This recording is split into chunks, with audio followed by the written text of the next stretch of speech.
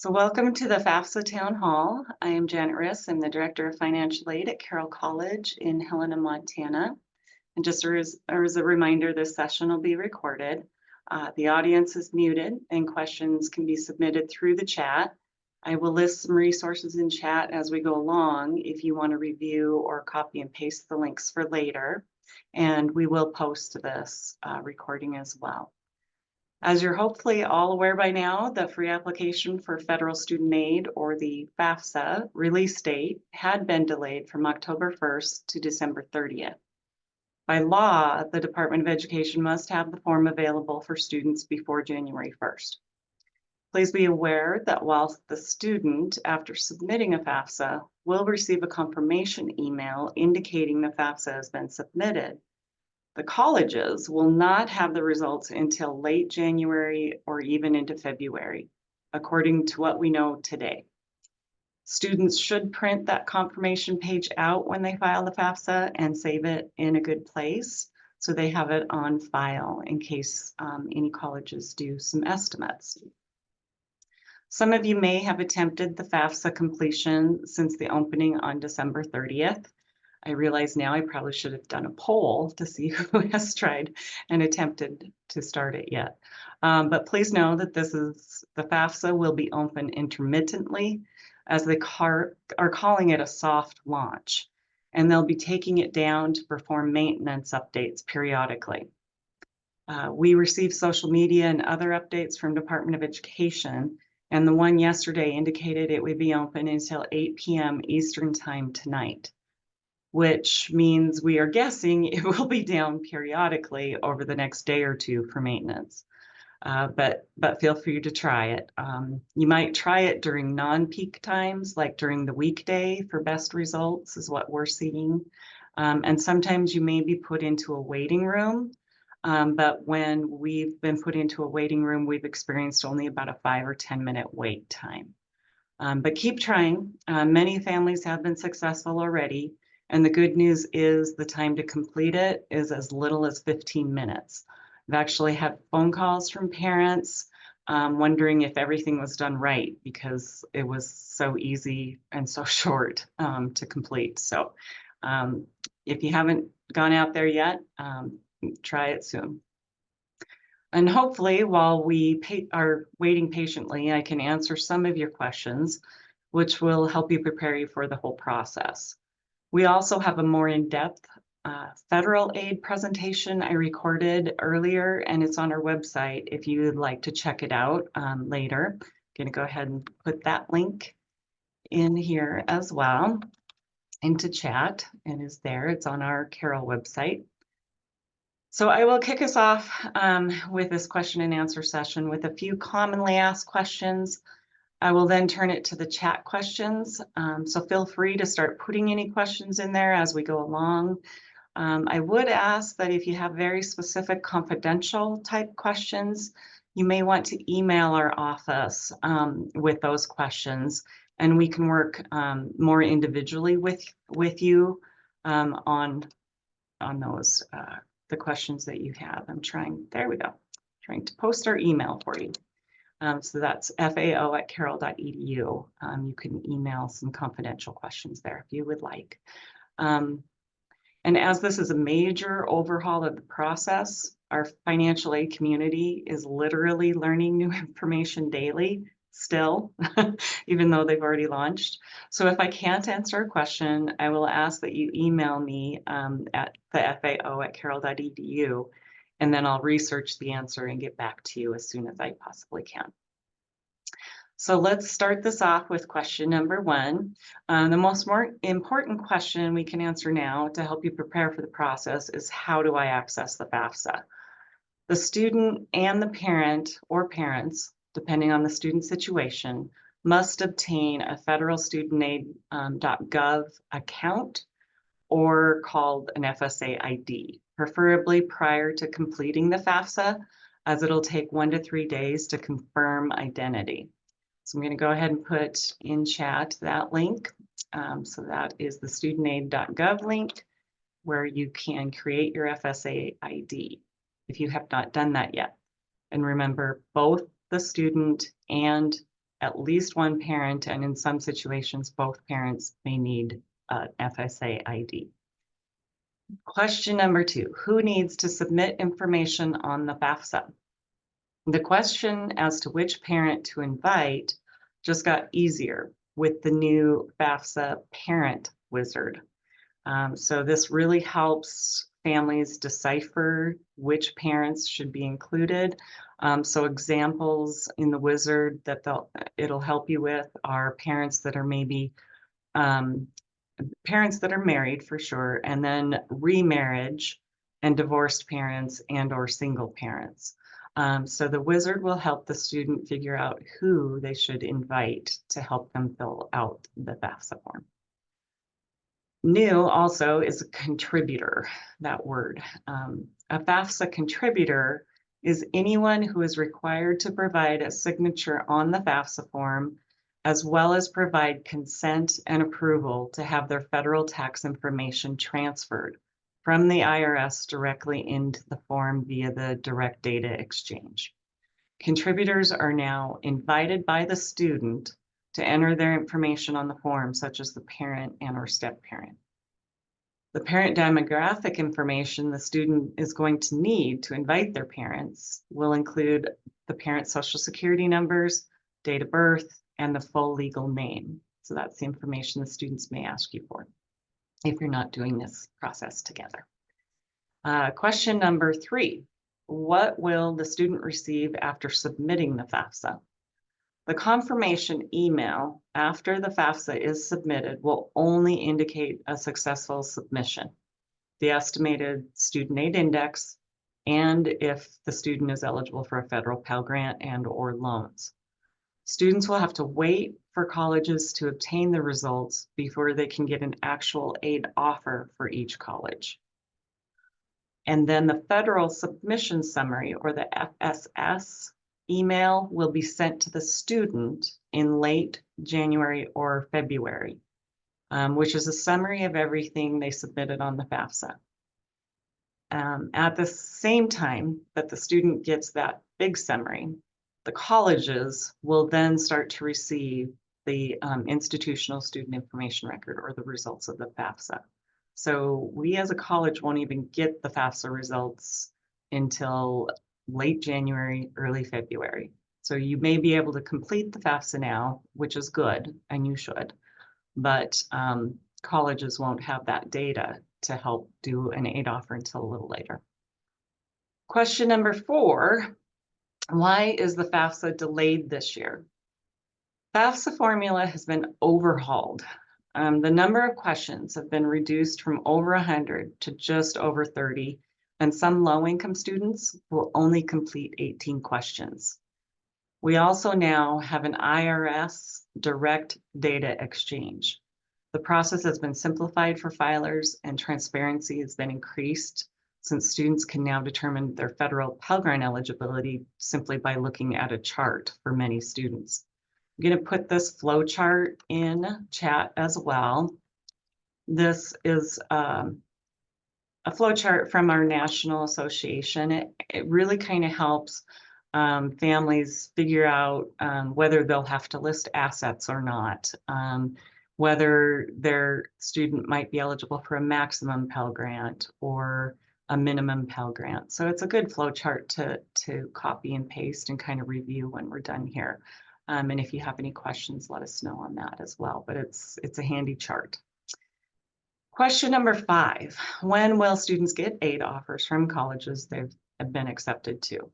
So the admission process happens first. We do have one of our wonderful admission counselors on the Zoom as well. Alex is online for us. So if you have any specific admission questions also after, we can defer to admissions also. But the college's aid offer timeline has been pushed out until late February, March, and even April for some colleges, and most colleges actually. It's just going to be a delayed process, so be patient throughout this whole process as much as you can. Colleges will not even be able to import those FAFSA results, like I mentioned, until late January or February. And who knows, They're still diligently working on the actual processing system. So that is our hope. It could be later. Patience is actually the word for the new year as we work through this new timeline.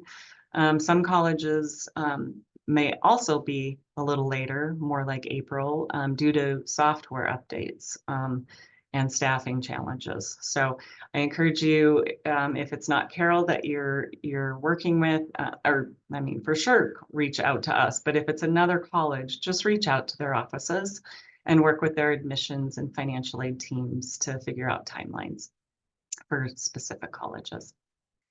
And then question number 6, what are the big changes made to the formula? And I'll name just a few here. For somebody brand new to this process, these won't mean anything to you probably, but for families that have currently enrolled students or have been through the process before, these are some changes that could impact what the results come out at for your family. So assets now will include all businesses, farms and ranches, unless you qualify for an exemption due to lower income or receipt of means tested benefits. And that flow chart kind of helps you determine income levels. So that flow chart that I posted there, you can take a look at that. Previously, small family-owned businesses and farms could be excluded, but that is not the case any longer. So all businesses and farms and ranches do need to be reported, and that's the net worth. So if we have questions on net worth or how to figure that out too, I can give you a little guidance there, or you can chat with us individually as well. And please feel free, even if it's not Carol that you're looking at, any questions, feel free to reach out to us. We're happy to help you. I'm a part of our state, region, and national association. This is why I'm here, to help with the whole federal aid process, not just Carol's. So please use us as a resource. The second big change is the number in college is no longer in the formula. But the question is still asked on the FAFSA because it is required to be asked by law, but it's no longer a multiplier in the formula. So if you are a family that currently have multiple students in college, this will impact you, and you'll want to connect with the colleges to discuss any of the implications that, that your family might see. The best way to probably go about this is, now that the FAFSA is available, complete the FAFSA for your multiple students and then reach out to the financial aid offices, because we can better help you that way once we know what the difference in between the old expected family contribution and the new student aid index result that you got from your confirmation email. Third, an educational savings plan asset is only included in the parent section for the student listed on the FAFSA. So it now excludes the other sibling accounts, which benefits the student. And then lastly, one of the other big changes is the parent of record. So the parent you're going to use on the FAFSA is now the parent who supports the student more than 50%. Not necessarily who the student lives with. Child support paid is included for the parent who pays it when determining your parent of record. This is new this year. So, and also new this year, if parents support the student 50-50, which we hear that a lot, it's 50-50. Then the parent of record is now the parent who has the higher income and assets.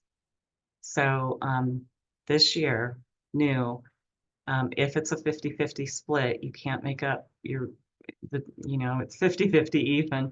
The parent who has the higher income and assets is the parent of record. All right, question number 7. What can students do in the meantime? All colleges are required to have a net price calculator. If you search by that name, net price calculator, you should be able to find it on all college websites. Some college net price calculators will only estimate the federal aid though. but others will have the full estimate, including college gift aid like merit scholarships and need-based grants. Carroll's is one of those. So we have a robust net price calculator, and it is based on this upcoming year information. Some net price calculators for other schools or federal net price calculators, if schools use the federal version, might be 2-year prior data. So just work with the schools. Like I said, if it's not Carroll you're looking at, just contact financial aid offices and they can maybe steer you in the right direction there. Also, what you can be doing now, scholarship timing and priority deadlines also may be very different at colleges. We've been changing many things this year due to this FAFSA overhaul. Many scholarships are tied to the FAFSA results if they're need-based, so deadlines and applications may be post-January instead of being, opened in the last fall. But you can prepare some essays now. I encourage students to do this. Topics to write some essays on include leadership skills, community service, their intended major, why they chose it, and maybe why they're choosing a certain college. So those are some of those basic type of essays that some scholarships might ask the students to write. And now is a great time to get going on those draft essays. You can also check out our website, www.carroll.edu. I'll put this in here as well. We have a great resource for scholarship searches, non-Carroll, general outside source scholarships. We have a scholarship tracking best practices and a little video to help students kind of start that process if they haven't yet. How to track all their outside source scholarships so they don't have to reinvent the wheel for sophomore year, things like that. And then Carroll College's specific general scholarship application will go live next week. So if you're looking at Carroll, I would encourage you to check your emails because we will be sending information out when everything is live, and accepted students will get their log-on information very soon. So. Okay, so now it's your turn to ask questions. Let's see if we have anything in chat. All I see in chat is my information. So if you have any questions, start putting those in chat for either myself or Alex. If you have admissions questions, we can certainly answer those as well. So.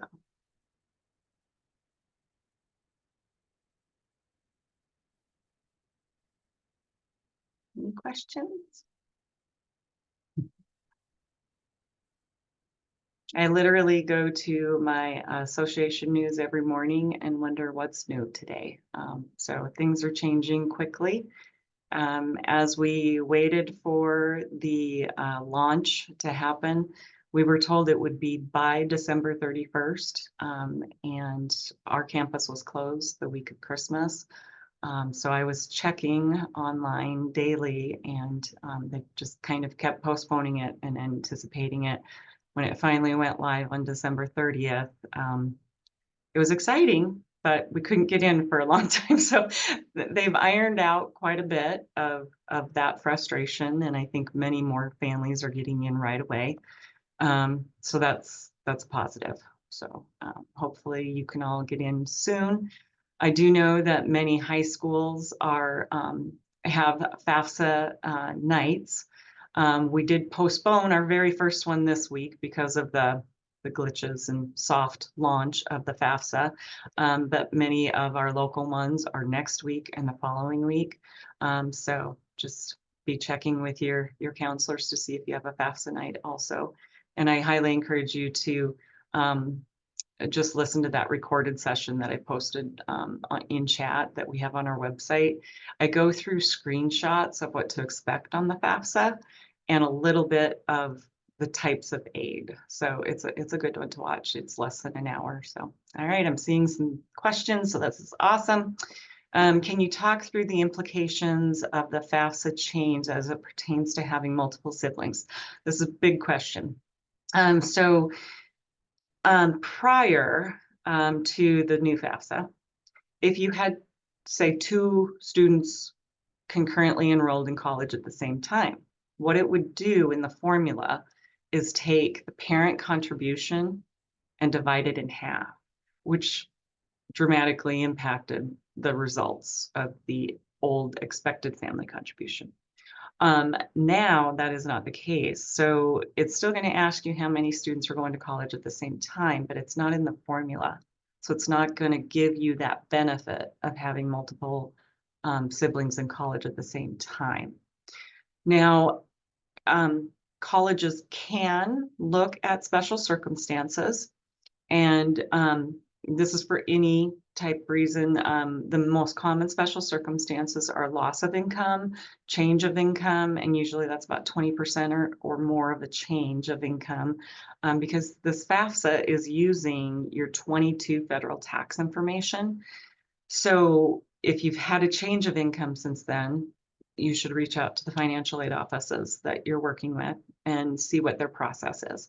Carol has a form online, and it walks you through the most commonly requested special circumstance requests and lets you know what we need from you so that we can help you with that appeal. We are given direction that we cannot do a special circumstance for only that multiple sibling reason. But if you have multiple special circumstance reasons, like a loss of income or multiple students in private education for elementary or high school, that might, if there's multiple reasons for us to look at a special circumstance appeal, we would encourage you to also let us know that you have multiple students in college. We can't adjust it the same way we used to because that would be circumventing the law. But it is something we should look at in your appeal process. But just know it can't be that alone. It would need to be other special circumstance adjustments that we'll look at. So, okay. And then for parents that are married and filing taxes jointly, do both parents need an account or just one? Good question. Just one parent if they're married and they file joint. So with this new IRS direct data exchange, you won't even see the IRS data that is linking behind the scenes. You won't see it. The parent that, I'll give you an example where both parents will need an FSA ID. An example will be a married couple, married parents, but they filed separately. It's going to need both parents to have an FSA ID so it can download both of those tax forms into the FAFSA submission. Another example, this is a good example, a divorced family. The parent wizard, you've decided, okay, mom is the one that you should use as your parent of record, but mom has been remarried since 2022. Maybe mom got remarried in 23. You need to use the new stepdad's income information on the FAFSA form, but they didn't file together. Mom will need her FSA ID, and the new step parent will need his own FSA ID because it's linking in those IRS tax forms. So literally those 1040, the data from those forms are linking, and you're not going to see that tax data. So we've also gotten calls this last week. I don't know where all of it is, but it says it's done, and that's why, because it's linking behind the scenes, so you won't see it. So, okay. And let me scroll up on my chat. I'm getting behind on questions. Okay, so when applying for FAFSA, do I need to decide what college I'm going to first? So a great question. No, you can actually now list up to 20 colleges on the form. When you list the college, it's in no, I mean, you'll list them in an order, but it means nothing as far as the colleges are concerned. We don't even know the other colleges you're listing. We don't get that information. So it doesn't matter how you're listing them. And you can now list up to 20 colleges. So, okay. Thanks for the helpful information. I didn't have any questions so far. Okay. And so, does only one parent need the FSA ID? So I think we answered that question. If we created a FAFSA ID last year for our son, do we need to create a new one for our daughter? So the parent does not need a new FSA ID. So the parent, you use the one you used last year, because that's unique to you, unique to your social security number, your date of birth. It's your authorization and it's your signature. So the parent doesn't need another new one, but your daughter, who is new to this process, will need her own FSA ID. And yes, it goes off. The FAFSA is asking for 2-year prior tax information. It's going to look at the 22 federal taxes. You can't choose which one you want to use. If you have a special circumstance, though, where your 23 taxes are less than your 22 because of a job change or layoff or commission, maybe your real estate or contractors, construction workers, there's different jobs out there that fluctuate greatly also. We can take a look at those. So that's considered a special circumstance, though. You'll need to submit the initial FAFSA. It has to use your 22 tax information. And then contact the schools.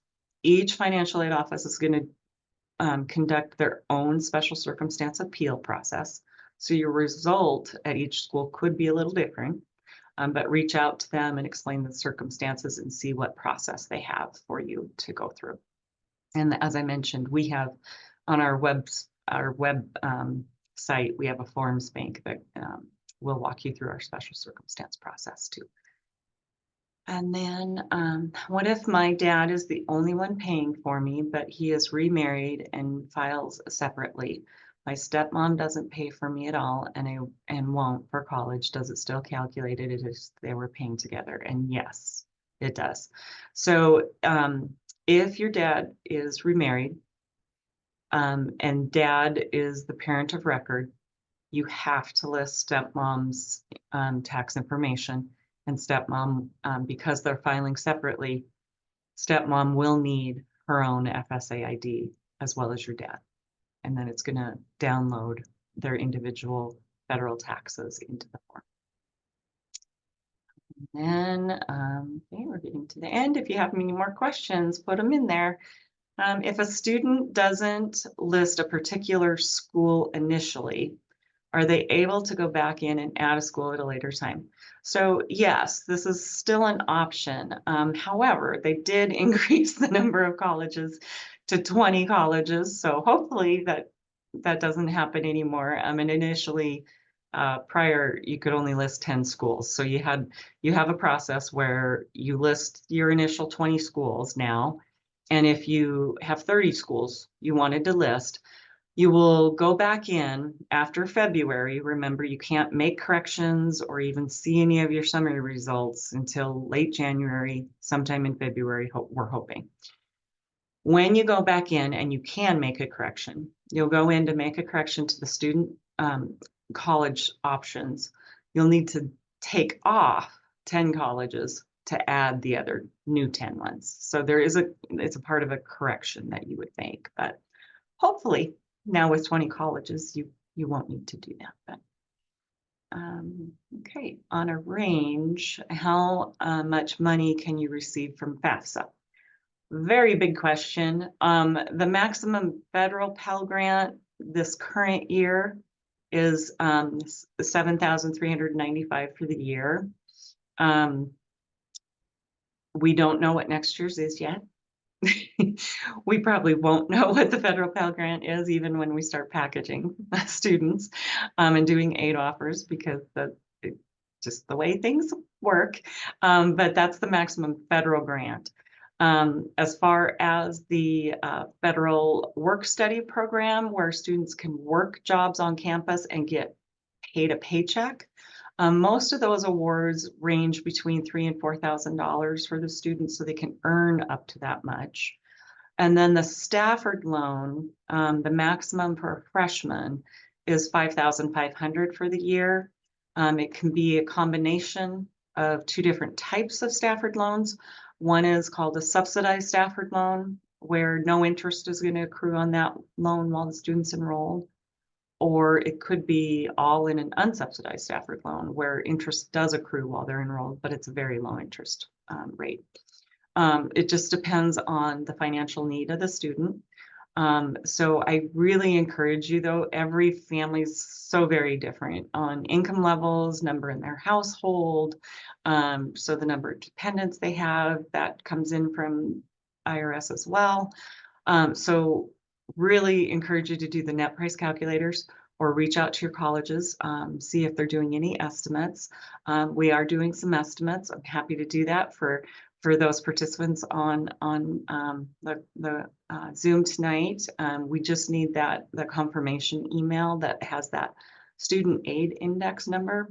That's what tells the colleges how high your financial need is, and that gets our ball rolling for us, so we can do some estimates. But we are heading out to Bellevue and Portland the end of this month. I will be doing some estimates on site there as well for those information programs. So if I have anybody on the Zoom from those locations, it would be lovely to meet you in person.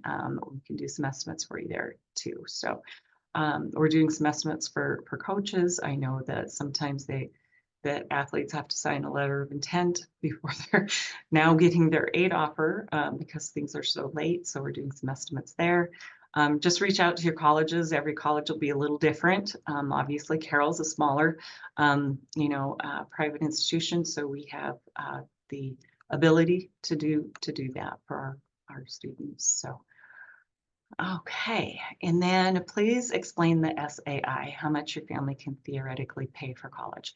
So the Student Aid Index used to be called the Expected Family Contribution, and it's what the federal government says you as a family can contribute or should be able to contribute toward your education cost for that 1 year. And you file the FAFSA yearly. So it's a yearly process and a yearly SAI or Student Aid Index. So it went from an EFC number to now the SAI or that Student Aid Index, which is better for us because before it sounded like it's what your bill would be, it's what the family contribution is, and that wasn't the case. And so it is better that they've changed that language to the Student Aid Index. The way that college will use that is every college has their own cost of attendance. That cost of attendance includes your tuition, mandatory fees, your housing, and your food plan. That's what's considered your direct cost. That's what you'd see on a billing statement, right? If you're on campus anyway. And then what else is included in a full cost of attendance includes allowances for personal expenses, transportation expenses, and books and supplies. Those are the general areas. Because we know it costs extra, not just what you're going to pay the college, but you have to buy books, you have to get to college, all of that. So that's the full cost of attendance budget. We use that figure and we subtract the Student Aid Index number. If it's a positive number, you have some financial need. If it's a negative number, you don't have financial need, okay? If you don't have financial need, you still would be approved for an unsubsidized federal Stafford loan, okay? So even if you don't qualify for the federal grants, you might get the unsubsidized Stafford loan. Your financial need then is dependent on the cost of attendance of the schools you're looking at. So your SAI stays the same. So this is kind of the analogy I like to, I usually have a chart. It's easier to look at a chart, but when you have a higher cost education, cost of attendance, you have the same SAI for the student, at a higher cost school, you're going to have a higher financial need, potentially eligible for need-based college dollars, need-based federal dollars in the form of federal grants or work study or subsidized Stafford loans. Versus if you have a low-cost school, say like a two-year community college, they have the lower cost. You have the same SAI though. So you might have a negative need level there. So you might only qualify for an unsubsidized Stafford loan at a low-cost school. So it just really depends. And this is the number one reason I say, have your students apply for admission at all of their dream choice colleges. Now you can list 20 colleges. List them, send the FAFSA to them, apply for admission, and just see what the results are on the aid offers. A lot of families are just surprised, and that's how that SAI is used. So your results, your aid offers at different colleges will be different because of the cost of attendance piece of that factor. So, okay, and yes, so the student's income is also included on the FAFSA. So if they filed federal taxes, it's going to link theirs as well. So both the student and parent have to consent to have IRS pinged, or you have to consent, both the student and the parent have to consent to go look to see if there's any IRS data to pull down. And then it does that automatically for you. So, and then if you're a non-tax filer, that's going to be noted as well. So hopefully that helps. Any other questions? Any admissions questions for Alex? Thanks for joining us, Alex.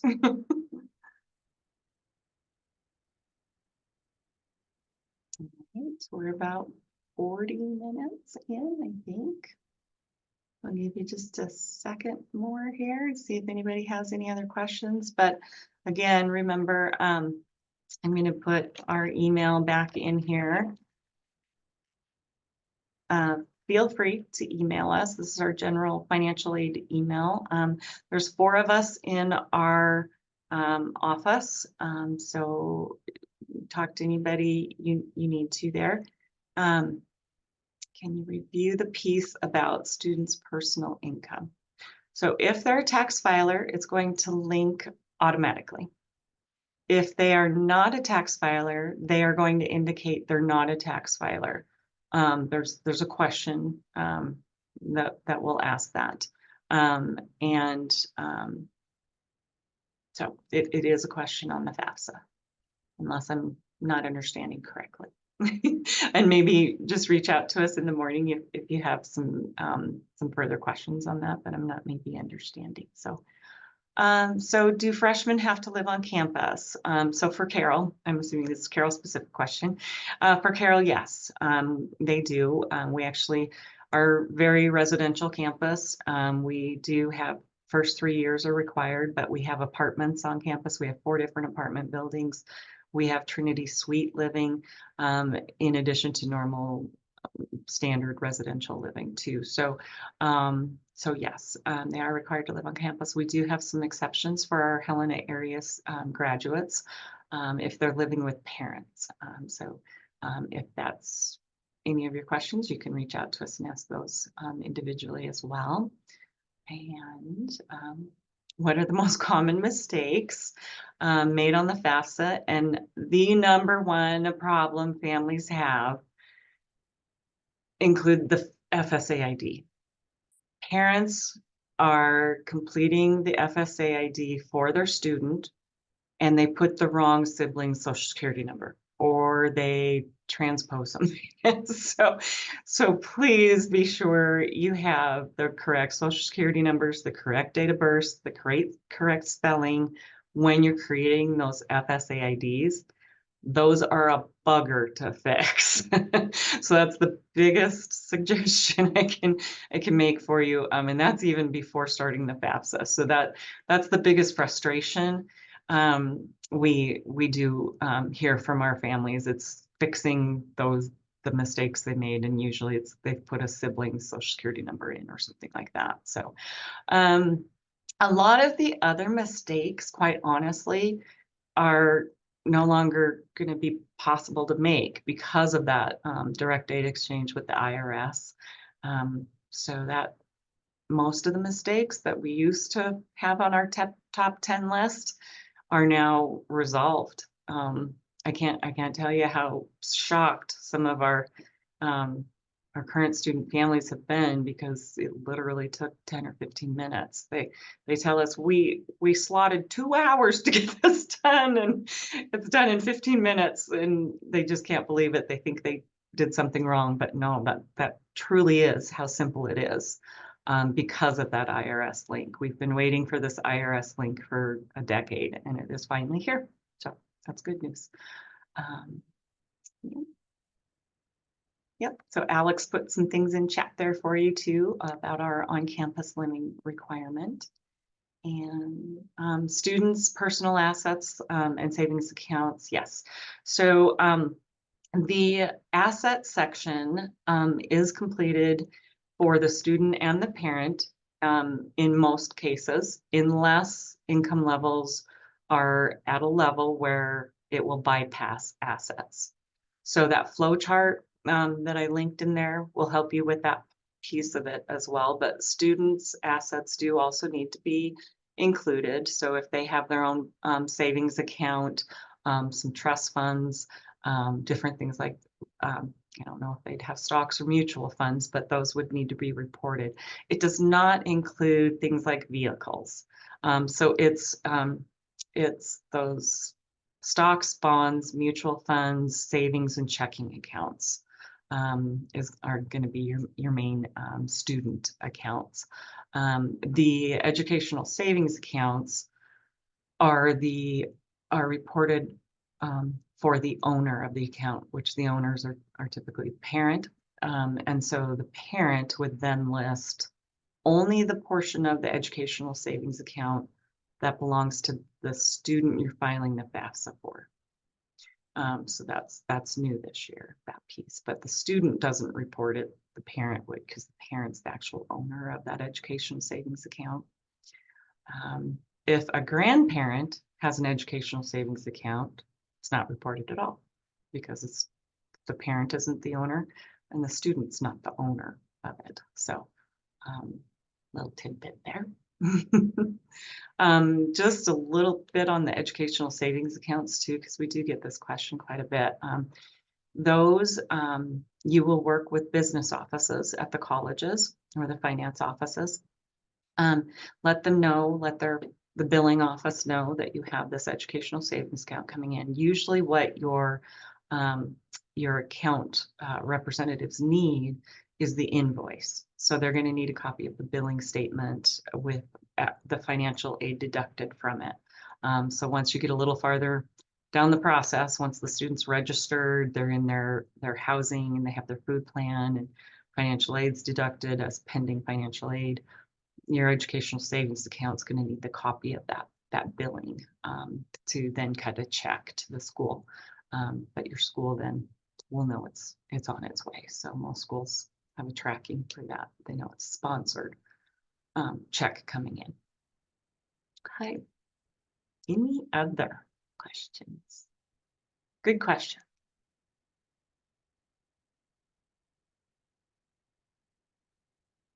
Okay, one more.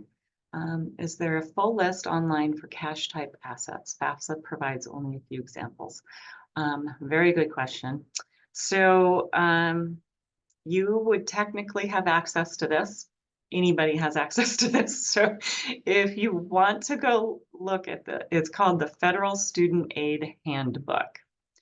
Let me just type that in here for you. But and the handbook is all inclusive. Let me, while I'm here, try to find a link for you. If I can do it quickly, I will. It's huge. So the piece you want is just the application guide. it goes into detail. And we don't have the 24-25 version yet. I know, hilarious, but that's how this process is working this year. So let's see which version this one is. It's the 23-24 application and verification guide. Let me get this link in here. And you'll just kind of go through it to get to the asset section. You're very lucky. Not a lot of people know this is even out there, but again, it's just out there online. So you don't need a login or anything for it. But it will go through detailed assets as examples. And some of the random ones sometimes we get are some of those trust funds or UTMA accounts and things like that. The handbook covers all of those nitty-gritties of those random assets that we sometimes get questions about. Sometimes I need to go to this guide because we don't get some of those questions very often. But when we do, I'm like, oh, I know where it's at. So there's just too much to keep up in my head, but we know where to find it. So any others? So we're wrapping this up. I'm so glad that you joined us all, and just excited that you're all in this process. Hopefully, it's a peaceful process for you. I'm hoping that everybody can get into the FAFSA and actually complete it. We do encourage you to file it as soon as possible. Department of Education is saying it's not urgent, but at the same time, then you have colleges postponing deadlines and trying to compress everything for you. We're trying to get the information out as soon as we possibly can, but please be patient with the whole process. This is a 1-year blip, hopefully, and we will have everything figured out by next October. Do remember that October 1st is when the FAFSA opens up generally. So for the sophomore year, your students will be sending emails out to say, hey, FAFSA's already available for the next year on October 1st. So here again is our email and our phone number here at Carroll College too. So feel free to give us a call. Again, whether it's Carroll specific or not, I'm happy to try and help or research any questions you might have. So, all right, it looks like I'm getting lots of thank yous. So I think that is it for the evening. Thanks again for joining us, and we will hopefully see you on the Carroll campus. Bye-bye.